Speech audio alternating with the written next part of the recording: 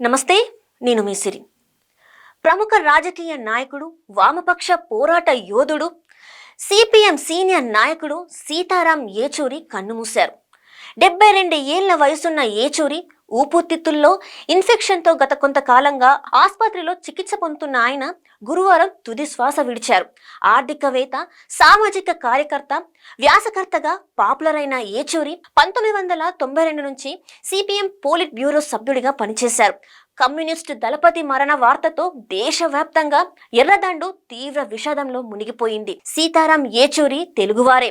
1952 August 12న అప్పటి ఉమ్మడి మద్రాసు రాష్ట్రంలో ప్రస్తుత చెన్నై నగరంలో జన్మించారు. ఆయన తండ్రి Sarveswara Somayajula Yechury AP state road corporation లో ఇంజనీర్ గా పనిచేశారు. తల్లి కల్పకం ఏచూరి కూడా ప్రభుత్వ ఉద్యోగి. ఉమ్మడి ఆంధ్రప్రదేశ్ ప్రభుత్వ మాజీ ప్రధాన కార్యదర్శి మోహన్ కందాకు ఏచూరి మేనల్లుడవుతారు. ఏచూరి బాల్యం మొత్తం హైదరాబాద్ లోనే గడిచింది. నగరంలోని ఆల్ సెయింట్ హై స్కూల్లో మెట్రికులేషన్ పూర్తి చేశారు. ఆ తర్వాత ఢిల్లీలోని ప్రెసిడెంట్ ఎస్టేట్ స్కూల్లో చేరారు. 1970లో సిబిఎస్ఈ హైయర్ సెకండరీ పరీక్షలో ఆల్ ఇండియా టాప్ ర్యాంకర్ గా నిలిచారు.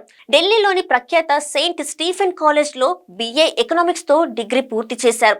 జవహర్లాల్ నెహ్రూ యూనివర్సిటీ నుంచి ఎంఏ ఎకనామిక్స్ పట్టా అందుకున్నారు.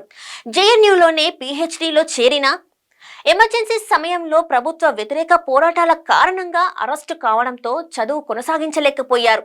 1974లో ఎస్ఎఫ్ఐ విద్యార్థి సంఘ నేతగా సీతారాం ఏచూరి రాజకీయ ప్రస్థానం ప్రారంభమైంది. 1975లో జేఎన్యూ విద్యార్థిగా ఉన్న సమయంలో సిపిఎంలో చేరారు.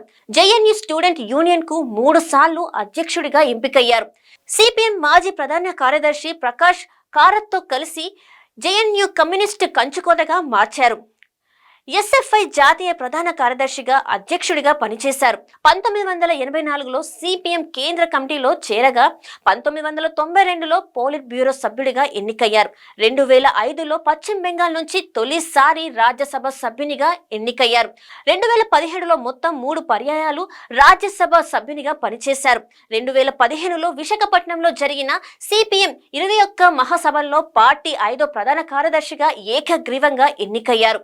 విద్యార్థి దశలోనే ప్రజా సమస్యలపై గలమెత్తిన సీతారాం ఏచూరి కమ్యూనిస్టు పార్టీ కేంద్ర కమిటీ సభ్యుడిగా, పోలిట్ బ్యూరో మెంబర్ గా దేశ రాజకీయాలను ప్రభావితం చేసే స్థాయికి ఎదిగారు.